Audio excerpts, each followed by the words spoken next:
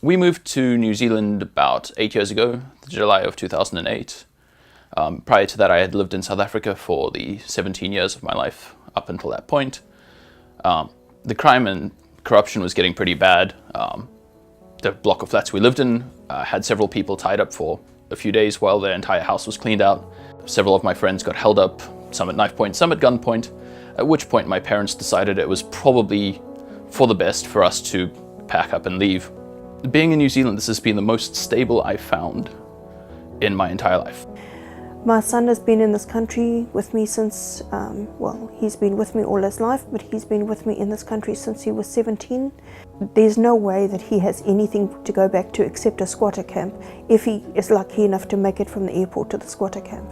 If a white person and a black person with the same qualification and level of experience were to apply for a job, it would have to be given to the black person. All in all, my prospects are going back. I would be living on the street with no income, trying to support myself and my stepfather in a country where white people are discriminated openly. The ruling party has on several occasions stated and sung songs stating, "Bring me my machine gun, we are going to shoot the whites."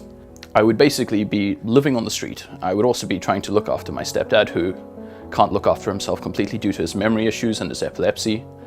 I would have no form of income. I wouldn't be able to get a job just based on the color of my skin. There's no welfare system. He would be going back to certain death. I fear it is my only hope of survival is if I'm allowed to remain in this country with my family. My prospects would be pretty grim. However, I do have a hope in New Zealand. If I were to continue living in New Zealand, the hope for my future that I have is that I would be able to go on and study psychology and social work, particularly working with disadvantaged teenagers.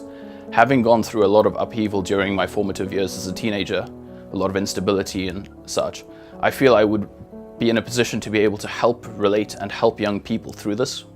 The hope I have for my future can also be the hope for future generations in New Zealand.